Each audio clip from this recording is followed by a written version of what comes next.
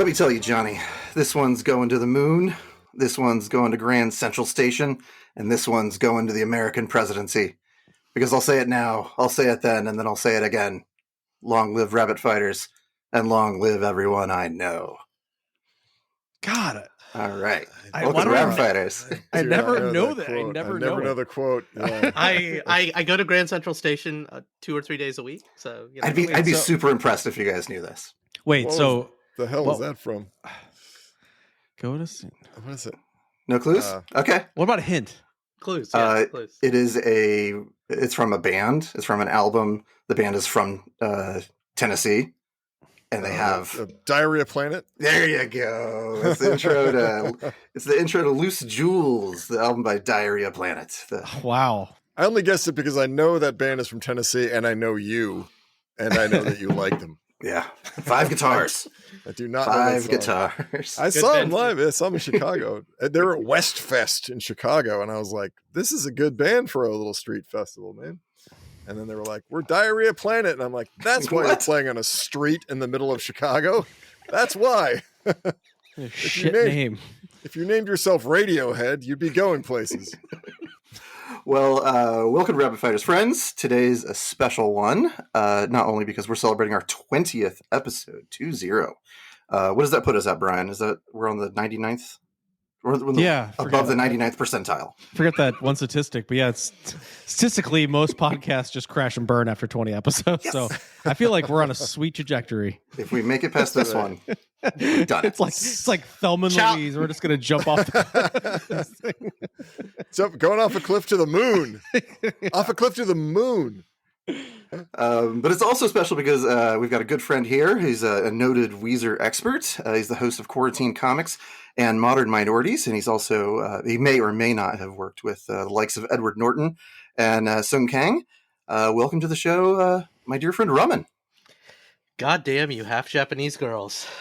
You do it to me every time. I mean, not even most of the time, but literally every time. Every time. Just seems like yesterday I was watching grunge leg drop nude jack through a press table. Oh, damn! Is that nicely done? Wow! Is that also a Diarrhea Planet lyric? No, that's the next line. That's the next line of the song. Yeah. Watching grunge leg drop nude jack through a press table. Oh, guys, I know that. I know. Yes. All right. I literally have a friend, my best friend, who the song Pink Triangle triggers him because that's part of his life. He fell in love with lesbian. He went to Harvard after he launched a rock band. It's a soulful guy named One leg was shorter than the other. He went full chasing Amy and it fell apart. Never go full chasing. Never go full chasing Amy. Only part way. All right. Well, we've got Raman on the show today because we have been talking about Weezer for quite a while. We knew we wanted to do a show because back in the day in the office, we would always just, talk about the Blue Album, Pinkerton, and what the hell happened to Weezer. So we're all huge. Like 90% of America. Yes. Yeah, I was going to say, this is a very well-worn conversation. Yeah, so I think all of us, we have our own backstories with Weezer and how we came upon it, and it's part in our coming of age in rock and roll. But like all true fanboys, we're all on different pages. So what happened to Weezer? Did they lose it long ago? Or they still got it? So to set the stage for this conversation, we're going to focus on their 2021 album, their 14th studio album, OK Human, as a representative of what we'll call latter-day Weezer, quote unquote. Well, before we get into any of this, why don't we go back to why? Why Weezer? Why Weezer? Yeah. Why now? Why you? Oh, man. Are you going to send me the bill for the therapy? I got into it like many of us where we discovered Blue and then later came on for Pinkerton, and both of those albums, made something for me. And then Weezer went away for a long time. And then a lot of us listened to those two albums over and over and over again. And then Green came out and it wasn't all bad. And it hit me on a high point of my life. And then things got dark in my life after that album. And then Maladroit came out and kind of picked me up in a bad moment. Then I decided, okay, I'll continue to give them a try. And I'll be the first person to admit there hasn't been an album like Blue or Pinkerton since. But I had the chance to see them multiple times, once in Japan with Josh, and then the Questions of Rivers, this guy who keeps making music and now he's settled down and he has spreadsheets, and I like spreadsheets. And and if you read the article about the spreadsheets, it's borderline offensive. But I'm like, why didn't I think of that? To answer your question, Greg, they've just kind of been around, and they've been a reliable partner over the years. And during the pandemic, they put out a really good album. Like, that wasn't what I expected. I mean, they've let me down a lot, but I keep coming back for more. Let me down. No, in the sense that it's never a full album. Like Ratitude, let's just not talk about Ratitude. I legitimately don't want to talk about the Teal album. So like they've done me dirty more than a few times. I actually listened to every single Weezer album and EP in preparation You to did? this. Yeah, I did. Including, Let's shit, go. Greg. Wow. including the Seasons ones. The Seasons. Okay, I have a Wow. confession about the season. For season, so I live just outside of New York City. I work in New York City. They were like, we're doing a residency on Broadway where we're going to rent out a theater for a whole week and do seasons. And I was like, okay, I'll do this because it's Rivers and it's Weezer and seasons. that's That's close, an yeah. interesting idea. And to be fair, I've been on the Weezer cruise, and that's another story. But like, No, we should talk about that story at some Hook, point. Later. line, and Yeah. sinker. Put a pin in that. Yeah, Literally, we're coming back to We're coming back to put, that. put an anchor in that. We're coming back. Put a pin But, back in that grenade. So I start talking to all my friends. Most of us have moved out of the city. We're in the burbs. We have kids. And I was like, let's do this. Like, we'll go a few nights of the show. It'll be good. It's one album a night. And they're going to do Blue and Pinkerton towards the end. And I've seen them when they did the Blue and Pinkerton tour recently. I went to that. And we just never got it together. We're like, yeah, we'll buy tickets. We don't need to buy tickets yet. There'll be tickets. We'll get tickets. Worst case, we'll pay a scalper. It's fine.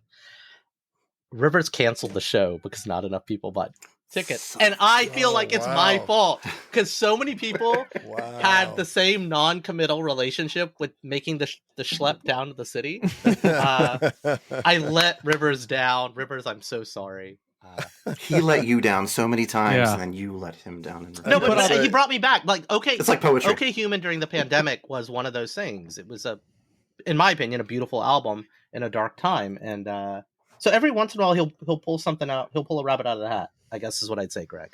And he's a working guy. Yeah.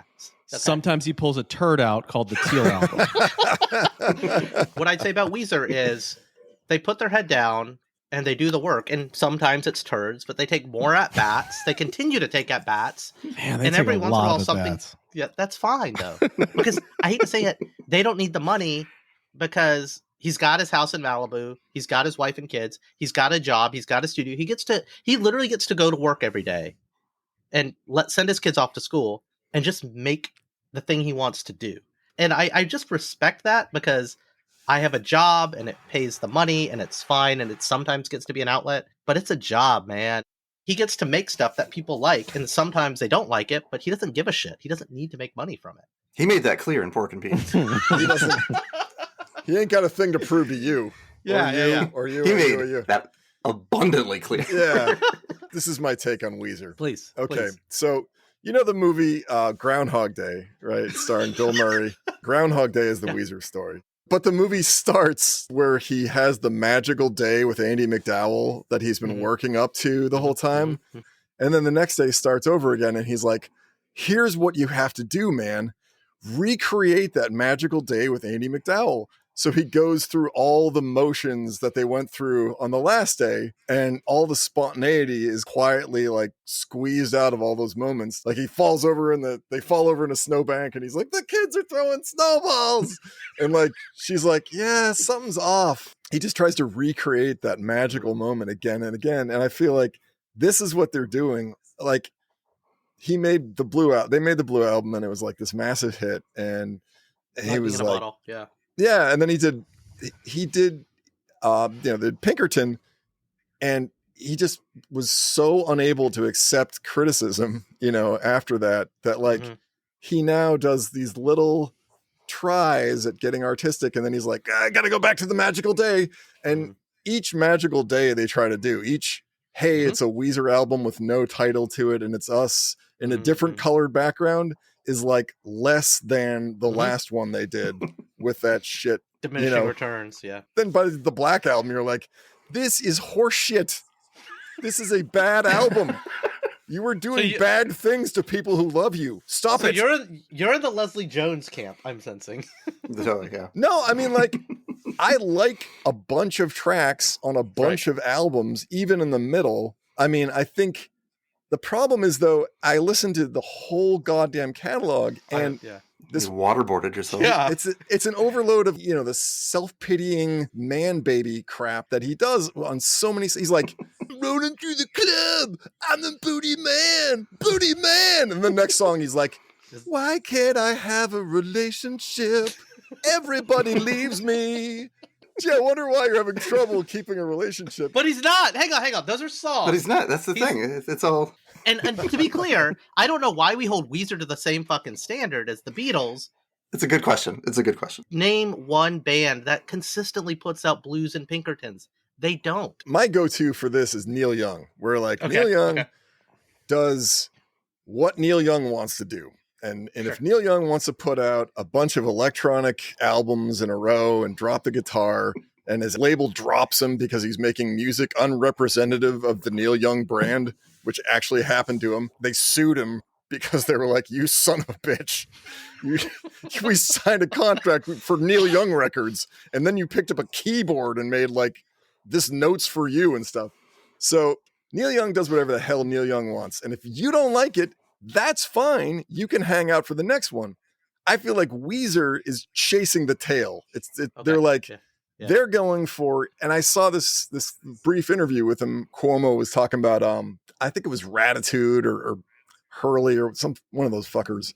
And, and he was like, what the fans wanted was a loud, energetic, like fun Weezer record. And so that's what we've made for them. And I'm like, hey, look, you're a musician. You're not the mayor of a small town. You don't have to give the people what they want. If the people want light rail and you're the mayor of a small town, if you want to get reelected, you're probably going to have to give them light rail.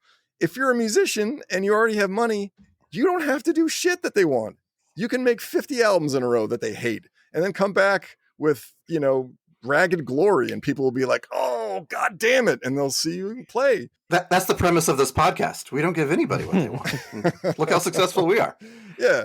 I think they're chasing the dragon of the Blue album. And I feel like they do it in a calculating manner, which produces crappy music because they're doing it for the wrong reasons. That's why I get mad at them, because I think they're a good band. The anger is rooted in love. Brian, tell us about your hate and your tortured relationship. No, as Greg was saying, you know, and I'm paraphrasing, there's a Rick Rubin quote talking about, you know, creating things that other people want to see is not art, it's commerce. And I feel like it's sort of, it strikes me as a little bit of that. You mentioned earlier where, you know, it's not like, I agree. I am envious in that he essentially gets to wake up and does what he loves to do. But I also feel like there's a line in which like a lack of quality control or like creatively devoid of any interest. Like I said this to Josh earlier, it's like he's always written songs about what's going on in his life and that kind of stuff.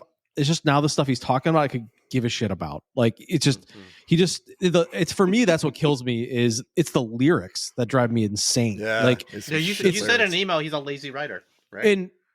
But musically, like even on OK Human, like I like that the attempt at using analog equipment and kind of mishmashing this like pet sounds, you know, there's even some like Sgt. Peppery type stuff in there, kind of like feeling to it. And I think sonically, like his lyrics, I mean, his vocals are solid and the music hasn't changed much. It's just the things he's singing or like writing about is just like nonsense. And you're just like, why? Like you could take 14 of these albums or 12 that are complete dog shit, compress down these crappy pieces of coal and turn out like 2 diamond albums that are actually good, as opposed to like, hey, let's just put out whatever dumb shit comes to my tape recorder and who cares? It's just like, well, okay. To feed your argument, and I put this in my notes, and it's worth. I'll find the article offline, but like, you know about Rivers' spreadsheet in his process, right? What is it to like define the magical song? No, like, it's what he does, and again, it's part of his process. And I'm like, man,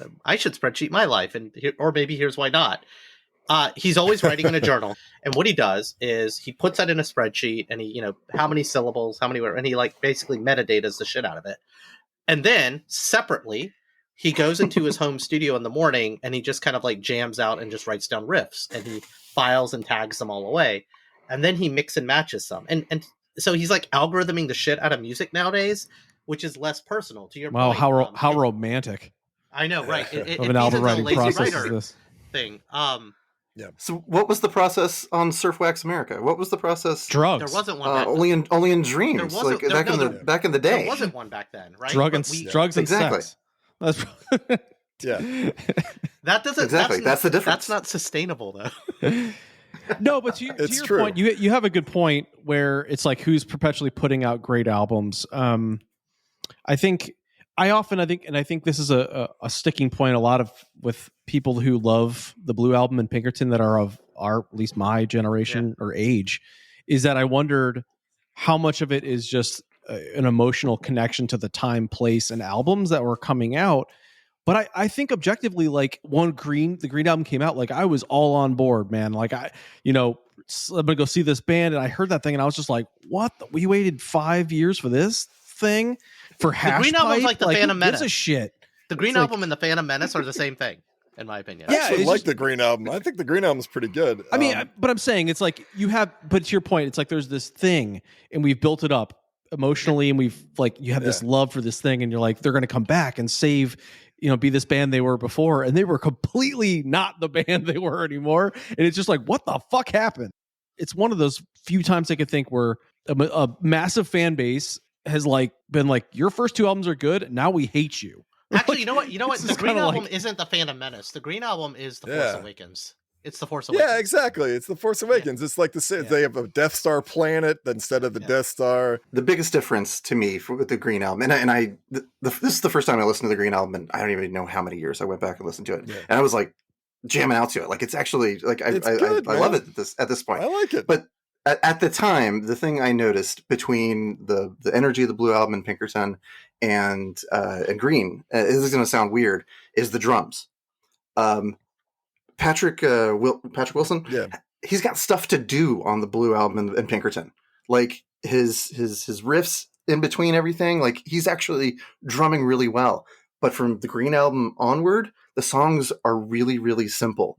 And he just keeps the beat, and that's it. And that's the same with the guitar solos. Like Weezer, the Blue Album and Pinkerton are fairly intricate.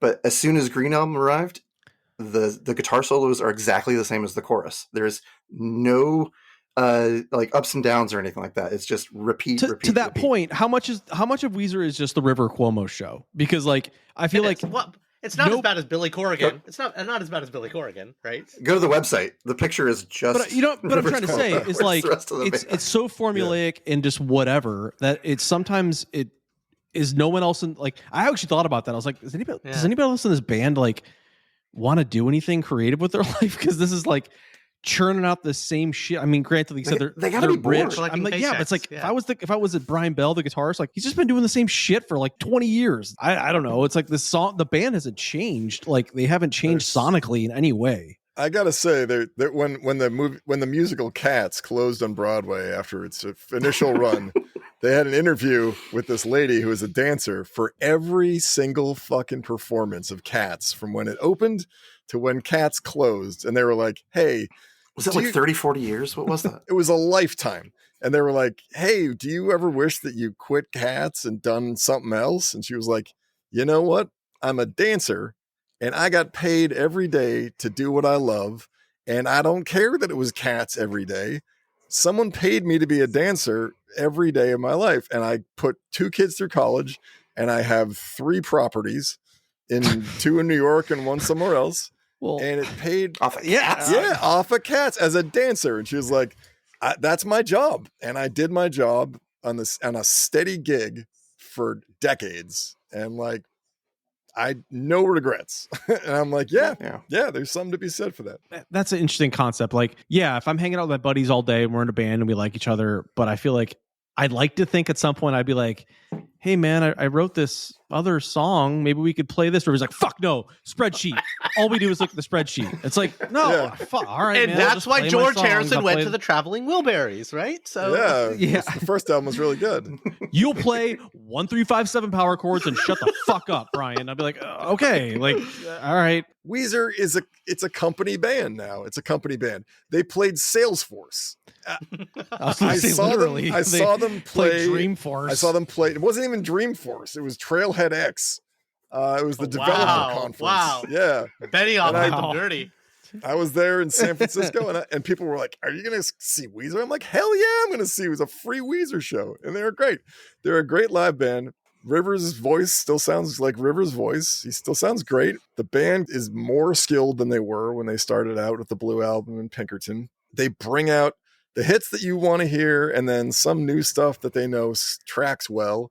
And it's a great fucking live show. Yeah, of course they saw them live. I saw them. They played Madison Square Garden, and a buddy of mine, his wife works at Rolling Stones, and so we had like floor seats at Madison Square Garden, and Rivers was having fun. And to your point, are you not entertained? That's how I felt. Yeah. So the Teal album is a perfect example of like, this is a job. You know, it's like that album actually upset me. They were like, it's a job. We're going to break out a bunch of like the most well-worn songs and do literally nothing with them. Nothing at all. I feel like I'm bringing a little bit of hate here, but like it's a lazy album. That album is completely unnecessary. But that Africa song has 64 million plays. And will literally send Rivers' daughter to an Ivy League school. So my youngest has a mix that he listens to every single day to throw off my Spotify algorithm. And one of his favorite songs is Mr. Blue Sky by Triple Orchestra. Great fucking song. And so I was listening to the Teal, and I was like, oh, there's a cover of Mr. Blue Sky. And I put it on for him. He was like a minute in. He was like, this is not as good as the other. Can we put the other one on? So now that we've all made our debates of like mid-century Weezer, mid-century modern Weezer, mid-century modern. Let's talk about latter-day pandemic Weezer, and not seasons. I mean, okay. Seasons. Focus. No, I was ready to talk about that. Okay, Heyman. I mean, I high praise for me. I said there was one good song on it. Which song? Which song? Which one? All My Favorite Songs is the only song on the entire album that I went back and was like, oh, I kind of like that one. I'll listen to that one again. The rest I was just kind of, it felt to me a little like older Weezer, like in terms of the high-low kind of. I enjoyed it. I thought the chorus was good. You know, the lyrics, I mean, as the album goes, the lyrics get worse. It's just like, you know, he stops just trying, especially the part where he's yelling about being at his piano and his wife's upstairs for some reason. It's like, what? She's upstairs, so she doesn't have to hear the goddamn piano.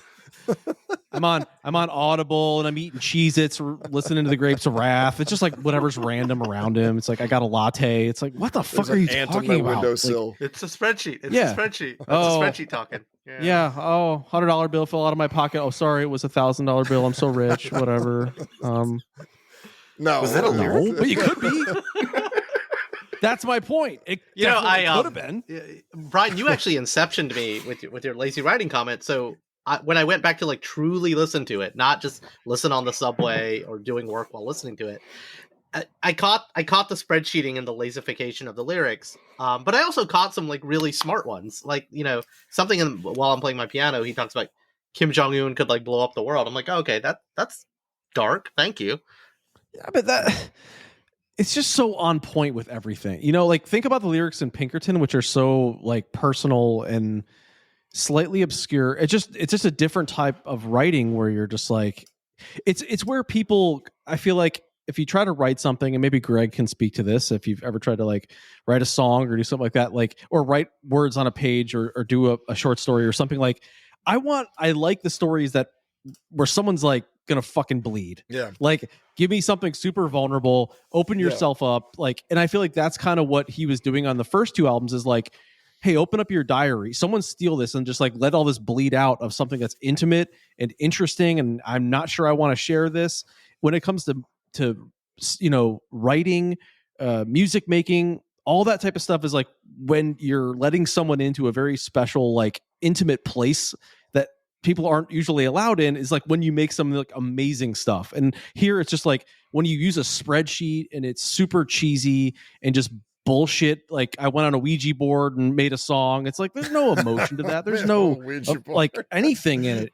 You know what I'm saying? It's just like that to me is like it takes the artistry and the human aspect of music making out of it. It just turns it into like it's a machine, and you're like went to a word randomizer and was like fuck it. And I want to say this for the record. I am not a Weezer like hater. I am a fan of Weezer. Like the fact that you could even make a Blue or a Pinkerton album puts you in a level of just like being a great band. They just happened to put their two amazing albums first. Lightning in a Bottle trying to chase it, and the method by which they're trying to chase it isn't the deeply personal thing. It's the let me try to find the formula for the Holy Grail. That's what I was talking about, is like, because later stuff, they capture the sound of it, of the earlier stuff again and again. They capture, I'll listen to one of the middle albums and be like, yeah, this song has that stuff from the Blue album, but it's like Caveman Weezer, you know, like the first, you know, Unfrozen Caveman Weezer. Unfrozen Caveman Weezer,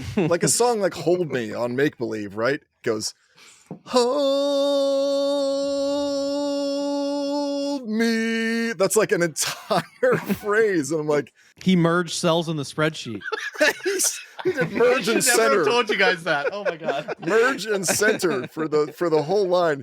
But like, you know, it's like, he's like, oh, well, what we'll do is we'll grab the emotionality of the first stuff, but I don't really have anything to talk about now.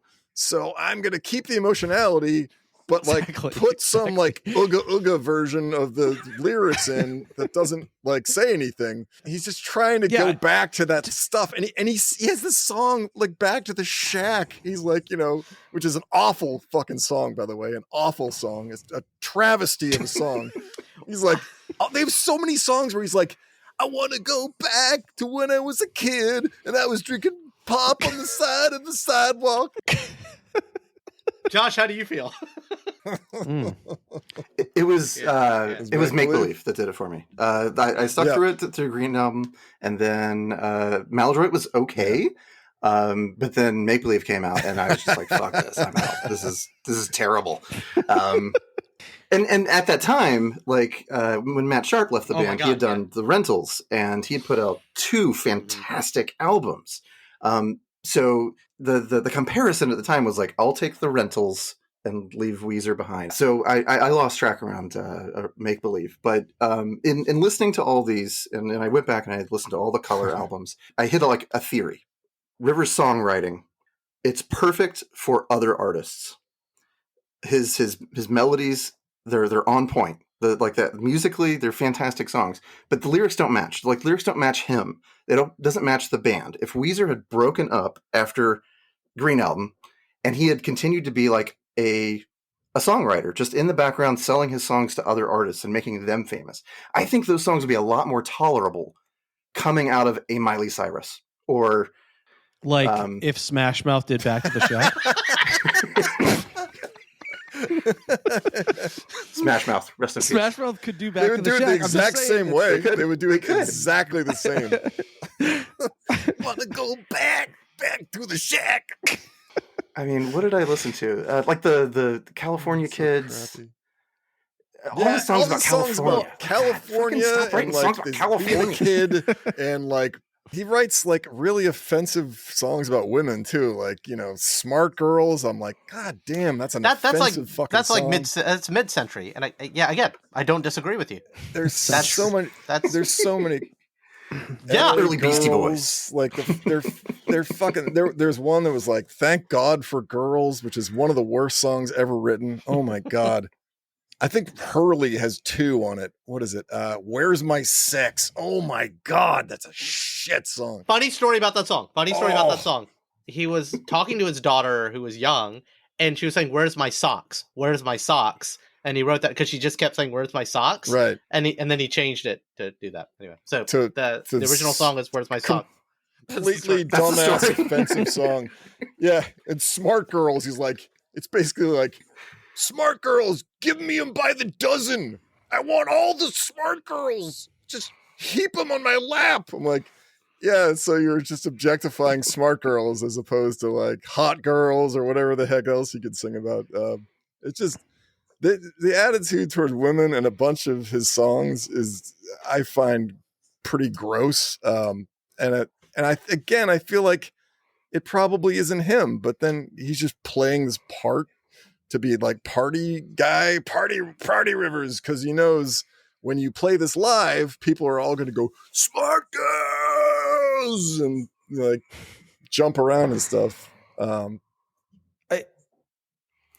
be curious, like, what your thought is. You know, you mentioned this earlier, where you somehow, it's, you know, kind of like your connection with Weezer is kind of parallel to how things are going in your life. You said this earlier, like, oh, he caught you at a bad time, or this album caught you at a good time.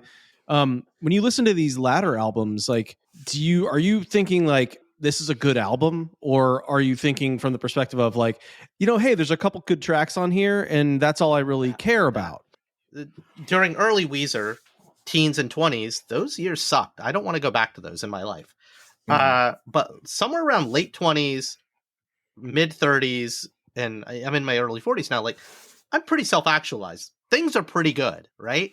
And that's when a lot of latter-day Weezer came out, so I didn't need the full album to rescue me, like I did with Maladroit even back in the day, right? And Keep Fishing. That Muppets thing, I was literally depressed. Josh, I think you were living in Japan, or you were, like, all my friends were gone. I was stuck in Tuscaloosa by myself, broken up, and there's this Rivers singing with the Muppets saying it's going to be okay. And I was like, okay, I can survive. I can go on. Literally, like, that's such a fucking joyful video. I challenge you to not watch it and laugh. Imagine if he had come out with Can't Knock the Hustle instead. I wouldn't be here. Your depression would have deepened. Can't knock the hustle. I can knock it. I will say I had more regard for OK Human than Brian. I don't know how Joshua felt about it. I liked all my favorite songs. I liked Alu Gobi. The Grapes of Wrath is a middling song brought down by the stupid lyrics. I agree with him on that one. I do like Numbers. I think Numbers is a good song. Playing My Piano. Playing My Piano is one of my top maudlin silliness. But I actually really... I'm playing my piano. But I actually do really love the song Bird with a Broken Wing. I think it's a beautiful song. That's where the orchestra that he hired to work with this like really pays off, because like the cello and the strings and all that stuff like really works. I think it's a lovely song, and it could fit in with earlier stuff that they have done. It's funny though, those are the two songs that I liked. The first one, all my favorite songs, and then I'll correct myself. I actually did go back. The last song I was listening to them was the Bird with a Broken Wing, and I was like, this is kind of interesting. Like, I want to go back and break this one apart, because that one actually deviates from their formulaic approach in the rest of the songs. Like, it's not as straightforward. There's lulls in it. The addition of an orchestra is kind of an interesting concept, in terms of it, like to Greg's point, like, where do you use it? Because a lot of it, if you listen to the orchestral parts, they're just mimicking the rhythms of everything else. So it's nothing like interesting. There's no like deviations from the melody. But in that song, at least, it's different. And so I was like, oh, this is an interesting song. Playing My Pianos just starts off. That might be literally the worst opening line of an entire... How does it? What is it? What are the lyrics? My wife is upstairs and my kids are upstairs, and I haven't washed my hair in 3 weeks. I should get back to the Zoom interviews. Are the first 4 lines? Yeah. Like, what the fuck? Yeah, it's a maudlin, cheesy song. But that's so pandemic. Like, I'm sorry. I know it is. But the thing is with these songs, like, at least most of these songs aren't following the formulas of the middle to late period of Weezer, where he does this thing where he writes a song like My Daughter Tells Me a Story, where she's like, when I was downstairs, I found this thing, and so I picked it up, and then I put it in my room, and then I found this other thing, and then this other thing happened. He just starts all these songs like little boring stories, usually from when he was a kid. And it's like start in the middle, use metaphors, use any interesting language. In this album, he does. Josh, where are you at with OK Human? I think it's the best Weezer album since Maladroit, and definitely better than Seasons. But I haven't listened to Van Weezer, so I don't know. Sonically, I actually think it's a really decent album. Really decent. I listened to it like 4 or 5 times. Yeah, it's decent. Like a lot of the songs are catchy as hell. Like Grapes of Wrath. Yeah, lyrics are garbage, but I catch the melody in my head over and over again. Because it's a solid melody. It's toe tapping, and I think that goes the same for. There's at least 5 songs on there where I would say the same thing. Where I went back to it and I was like, this is actually like it's pretty good if you ignore the lyrics, because the lyrics are they're all over the place.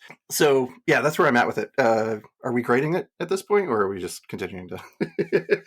I don't even care about the rating. I know because as a longtime listener, first time caller. I love the rating scales. I just want to know what the rating scale is. Let's grade. So OK Human, on a scale of crushed toenails into 1,000 pieces, which is F minus, to A+, shaking booty, making sweet love all the night. Who's gonna go first? Oh God, I don't know. I'll go first. I give OK Human, if Blue Album and Pinkerton are A pluses, which they absolutely are, and the Teal, we'll say, is an absolute Trash. abysmal F minus. Yeah. No reason anyone needs to listen to that. I'm going to say OK Human is it's either a B minus. Yeah, I'm going to say B minus. It's a B minus. I'm not going to say it's a C. I listened to and I had like positive feelings for Weezer at the end of it. So you're gonna give it 3 Hurley faces out of 5 Hurley faces? I want to go because, like, I think on a scale of Ratitude at the absolute bottom and Surf Wax America at the absolute top, this is kind of keep fishing for me. Like, it's above middle of the pack. It's trying new things. You can start to see the weakness of the spreadsheet. Brian, I'm going to forever hate you for literally putting that bug in my ear about lazy writing. Now I'm like, I'm gonna go back and listen to everything.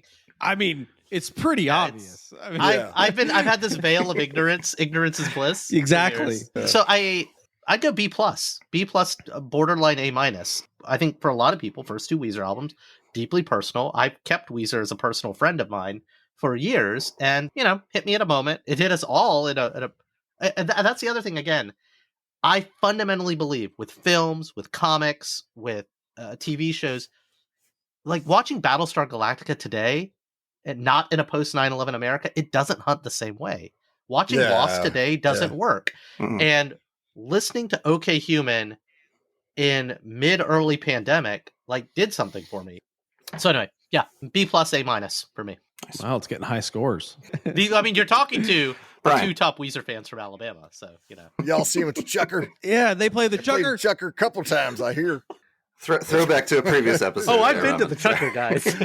We've had some nights at the Chucker. They're playing that there Buddy Holler song again. That feller looks like a computer programmer. I think we just loved the name that it was called the Chucker. The Chucker. Hey, so, guys, some of my best friends are rednecks, so come on, like, let's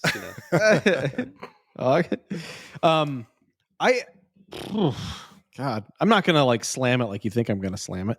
I'd probably give it a C minus. I mean, I know this is gonna sound really mean, but the fact that there was like one song I wanted to re-listen to on this album, like, really brought up the score. I was just thinking, I mean, because I'd be completely honest, I haven't listened to a single Weezer album since the Green Album, which was literally college. Like, I have given Weezer no thought since then. Like, I've just amputated them out of my life from that point. So, bringing an album back, or even the fact that I've listened to these is this is kind of why this podcast is fun. Like, I probably don't see myself revisiting this album in any way, shape, or form. Like, you could just compress all the latter albums, grab some gems off of there and put it into like a playlist or something, and it'd be totally fine. And I would be good with that. But I think, like, musically and the way the album sounds is completely inoffensive. Like, it's fine. It's just not like, wow. I'm saying it's formulaic. It's fine. There's nothing interesting that's happening anywhere on this album. There's our title right there. Come on. It's formula. OK Human. It's fine. Inoffensive. I was going to rally for It Unfrozen is. Caveman Weezer, but Okay. Yeah, it's just That's pretty good too. It's nothing new. They've been doing the same thing forever. It's fine. Like, it's not offensive. It's it's okay. It's just nothing like. It's okay. They added an orchestra, so I gave it above a D. Like, I love the first 2 albums, and I will be forever grateful for those 2 albums. So, Will you go see them on the Blue Tour this year, the 40th I've anniversary? seen them. Or 30th anniversary, sorry. I don't know. Probably not. I mean, if it was close and people were going, like you, like friends or something, I'd be like, cool. Like, I'm sure they're great live. They were great live when I saw them on the Green Tour. Yep. I still like the band. I just don't want to listen. I don't know. I mean, I'm the guy. I'll be the old guy that doesn't know anything of the new songs and just like yelling Freebird, play the old shit. So But it's the Blue like, Tour, don't worry, they've done they this will. a couple of times. I think they play, like, I've been to a few shows. Just the entirety of the Blue album. We're going to play Blue, take a break, Yeah. and come back and play Pinkerton. So they do that. fuck yeah. That'd be into that. Oh yeah, I'm there. They know I'm what there. people want. They're not stupid. They went to Harvard. Better not be fucking stupid. Greg. Since I listen to every album, I'm going to do a very brief grade for each album in order. I have them in front of me. What? So You're the not getting blue bonus album, points, Extra Greg. credit. the blue album is an A+. Pinkerton is an A+. The green album, I'm going to give an A-. Maladroit, I give a B+ because it feels like more of a collection of B-sides that were spliced together. It doesn't have a cohesiveness for me. Yeah. Make Believe, I'm actually going to give a B+. Red Album, I'm going to give a B for the first half. And then Ratitude is an F. F+. Oh God, that is a It's that bad? shitty album. It's like Caveman Weezer at its finest. It's got two of those like, where's my sex? Like, and it's Smart Girls. Does it have any song that was a hit on it? I don't know, man. I'm I checking. think the ones I hate are the ones that are hits. If you're wondering if I want you to, I want you to. I'm Your Daddy. The Girl Got Hot. The Girl Got Hot okay. is like, there was a girl in our high school and she was a nerd and now she's hot and I just got to get her on my dick. And you're like, oh, this album sucks. Finish the grades, Greg. Finish the grades. All right. So You're wondering. Hurley, F. Everything will be all right in the end. Return of Rick Ocasek boosts this thing a little bit. I'll give that a C+. The White Album starts promisingly, but ends up as a C. Pacific Daydream, D-, tops. Teal Album, F. Black Album, Minus. D-, maybe borderline F on the Black Album. OK Human, I will give a B. I know, I'll give a B to OK Human. And I actually give a B+ to Van Weezer because it's just entertaining as hell. And I think they're having fun. And then the Seasons EPs, I'm going to give them all B-. They're all decent. I don't think they're inoffensive. equal. I think there's some B's and there's some D's in Seasons. Yeah, if weighing them all together, I'm going to say the Seasons are a B-. I like some better than others a little bit, but nothing was like, this is a trash one or this is a brilliant one. Before we get to the Weezer game, we did want to circle back to this. Raman, we need to hear about the Weezer cruise. Yeah. I mean, look, as any true Weezer fan, I was on the Weezer.com mailing list. And I, again, fully self-actualized adult. Here's the funny thing. Okay, I've got this other friend from Alabama, Will. Will was my college roommate. I went off to business school and became like a tech marketing, blah, blah, blah. Will went into the U.S. Navy and served our country living on a submarine for like a decade. So Will got out of service and just kind of like was bumming around for a solid 4 or 5 years. And in that time, him and I went to Antarctica. We went backpacking through Syria. And then a couple years later, I was engaged. And I got an email from Weezer saying, we're doing a cruise. And I'm like, hey, Will, we've been to the bottom of the world. And we've been all over the Middle East. Let's go to the Weezer cruise. And we're like, yeah, why the fuck not? And it kind of in a sign of things to come with the Broadway residency I mentioned earlier that I failed Rivers on. We go, and it wasn't sold out. It was only half full. But and so the cruise set sail, and it was half full. And Ozma was there. Oh. So I got to see Ozma like 4 times. I saw Weezer 4 times. Nice. And you didn't get to really hang out with Weezer, but you'd run into them. I have a photo with me and the band. And so it was fine. Did anybody get seasick? Anyone who's throwing up is because they were playing Where's My Sex? Did Rivers wear a captain's hat? I will send you the picture. Of course he did. Of course he I have a fucking picture of me standing behind Rivers in a captain's hat. That'd be funny if like you got there and it was like, surprise, it's a nudist cruise with Weezer. Was it long? How many days How long was was the cruise? Yeah, it was like 4 or 5 days out of Miami, down to Mexico and back. There's no escape. We're going to Cabo, brother. Meet up with the Yeah, Red man. Rocker. Hey, man, get some Cabo. Wow. David Lee Roth will come on a helicopter, man. Nice. Oh, wow. God. For those who can't see, which is everyone, he's showing us a picture of him on the Weezer cruise with the guys from Weezer. He's getting Rivers is in a full looks captain ridiculous. outfit. He looks like Is one of an ascot? Who's the captain from the Love Captain Boat? Stubing from the Love Boat. On the promenade Does the one deck guy have an ascot on? with Gopher and Isaac. The only good Weezer story I have yeah. was Raman. You were there visiting in Japan when we tried to sneak in to the venue. And we took out our University that was of good. Alabama ID cards and said we worked for the Crimson White and we were journalists and they had to let us in. We heard like the sound test and we were like, oh, we gotta try and get in there. And it was a weird setup because they had like an outdoor stadium and then across the street they had an indoor like hangar kind of venue. And so Andrew W.K. and his band were crossing the street, going from one to the other. And, we're a couple of Westerners, and we just like ease right in there into Andrew W.K.'s entourage. Nice. we made it like 150 feet, yeah. like pretty close. Before the jig was up, security and we saw was like, Pat, who and we're are like, these Pat, guys? let us in. But yeah, we got close enough. Yeah, there's like a little promenade there that behind glass, and we saw Pat Wilson and I want to say Brian Bell also walking by.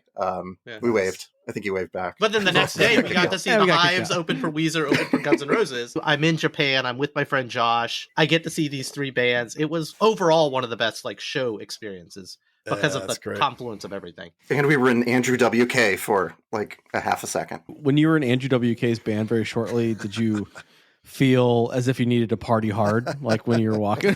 I mean, every second of that it you're walking, exudes you're party. like, God, I just want to Like- party hard right now. I don't know what's going on. Let's bring this trivia on. I want to hear that. What's this game? All right. This is a little game I like to call AI, Weezer song title, or random string of words I found on the Chili's corporate website. Oh, God. Question 1. A, everyone feels special. B, La Mancha Screwjob. C, Compañero. I'm going to go with A. Roman's going with A. B, Greg's going with B. Job, yeah. I would have gone C. Compañero. Very nice. Okay. La Mancha Screwjob is the shitty Weezer album song. called Pacific Daydream. Compañero was the AI, and everyone feels special. Got it. It's from I like, Chili's you know. website. Okay, I like Chili's website. Question 2. Question 2. A, I don't want your loving. B, La La Land, bad beats. C, La La mere Land is the transactions. track, I believe. Roman's going B. I think I don't want your loving. I'm going to go with that. Yeah, I would pick A. All right, Greg and Brian, get it. I don't want your lovin' is the Weezer song. La La Land, bad beats is the AI, and mere transactions is the Chili's. Mere transactions. It's from Chili's. I love this game. Is Chili's All right, always question 3. the third option? Because I, know, feel right? like No. These are random. Brian, are you doubting Josh's A, spreadsheet Lonely skills? Girl. Come on. I am looking at a spreadsheet right now. A, Lonely Girl. B, Serenity Meow. Ooh, I like that. C, Chili Head. Lonely Girl. I like Serenity Meow. Lonely Girl. It's probably Lonely Girl though. Yeah, Lonely Girl. Tweezer. Lonely Girl. Lonely 'Cause Girl it's is the about a correct girl, answer, yes. and she's lonely, and he is lonely because he can't get a girl. He needs to go back to the Gotta shack. go back to the shack for some boner jams. All right, question 4. A, the jingle to end all jingles. B, QB Blitz. Or C, Moonrise Sunset. QB For Blitz. QB Blitz. Greg goes Moonrise I Sunset. said C? QB Blitz. Sorry, what was it? QB Blitz. What Roman? was the first song? QB Blitz? The jingle to end all That's so jingles. stupid. That's got to be the AI one. Or Chili's. QB Blitz? That doesn't make any sense. What was the other one? Moonrise Sunset. It's too poetic. Moonrise I don't know. Sunset. I'm probably wrong. Yeah, it's almost too good I'm almost for him. wrong. Yeah, I'm probably wrong on that one. QB Blitz is probably it. Does sound more like it. The answer is QB Blitz. Still QB getting it. Blitz is the jingle to end all jingles is from Chili's, and Moonrise Sunset is the AI. This chili, did you literally just go All on right, Chili? It's last not the question. Chili's menu. It's just words on the Chili. I went to the website, their corporate website. I went through the lore of The Chili's. lore of chili. long may it rain. All right, so last one. Number 5. A, I'm just being honest. B, viral on Vine.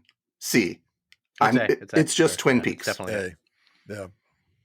All right, guess we got to go A. Yeah, because I know. All the right, song, I yeah, know that's the song. correct. I'm just being honest. Is Weezer. I tried I'm to just do being some honest. Weezer songs, but This is viral on only Vine for the money. is. I think Viral on Vine was the Chili's one, yeah. And it's just That was a Twin Peaks wonderful was the AI one. And that's a little game we like to call AI, Weezer song title, or random string of words I found on the Chili's corporate website. Is the song Buddy Holly, Baby Back Ribs? Wait, burnt jam. I'm not sure. It could be, a Chili's dish or a Weezer song. I can't tell. It's an episode of firsts. First guest, first game. Chili's. We're breaking new ground here, guys. Raman, like, what is your other podcast about, and are we invited? Let's do some plugs. I feel I'm like after 4 years, I'm in like podcast sunsetting mode. They're not dead; they're on life support. So Quarantine Comics. Do you need us to breathe? I want to use this episode on the Quarantine Comics feed. For sure. No, kill them. I want to kill them. Kill them. So, pull the plug. So Quarantine Comics. Josh, you've been on it twice, 3 times now. Yeah. So Quarantine Twice Comics, now, yeah. 3 times. 3 times, yeah. Yeah. So Quarantine Comics, longtime friend and ace reporter Ryan Joe. Him and I do what we've been doing for the last 10 years of friendship. Getting together and talking about comics and yelling at each other. It's like this show, but with comic books. We take turns recommending books to each other, maybe one we've read or one we haven't. And that's it. No trivia, unfortunately, which I'm going to steal. That's a great idea. And one of the other ones is Modern Minorities. Solving racism with the podcast, minority voices for all our majority ears. But yeah, thank you for letting me crash the party. It was, I don't think I've spoken about Weezer this much and had to defend and shit on them at the same time. Yeah. You got me to listen to a Weezer. I never would have listened to any of these albums if we hadn't done this podcast. I don't know why you did that, Greg. That's I gave up on terrible them. I'd given up on them entirely. After the Red album, I was like, I think I'm done forever. Like right around the year 2000, I was like, I think I'm going to stop watching The Simpsons. But Greg, I'm going to tell you something. I think your score for OK Human would have been lower had you not gone through the trough of like terrible Weezer. I know. I don't know. I legitimately liked, I think, 5 tracks on there, and that's a good album. When you have 5 good tracks, I think that's a good album. It's at least a B, so I gave it a B.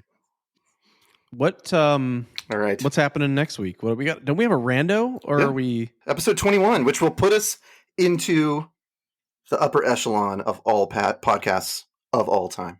All right. So what's the rando? We've got 26 items on the list. Ready? Are you guys ready? Bring it. Number 17. Children of Men. Children of Men. Julianne Moore's I know. in it. And what's his name's in it? She's naked and all. She's naked in Clive Owen, guys. No, I don't think she is. Clive Owen. Clive Owen. That's the name I was trying to find. So this was like in Clive Owen's heyday. Like he was like, he was big. Yeah, like totally. He was in a. Michael it's a Caine? really good movie. No, I know. I love this movie. Michael Caine. Yep, Michael Caine. Yep. All right, Children of Men. All right, guys, I got to go grab my hash pipe. If we're, I'm gonna talk us out with where's my sex? Mom made my sex. She knitted it with her hands. Sex making is a family tradition. Going back to the caveman days, they were walking around in a haze until they figured it out and they said, "Gosh dang, this is great." You know, I feel like the world has turned and it's left me here.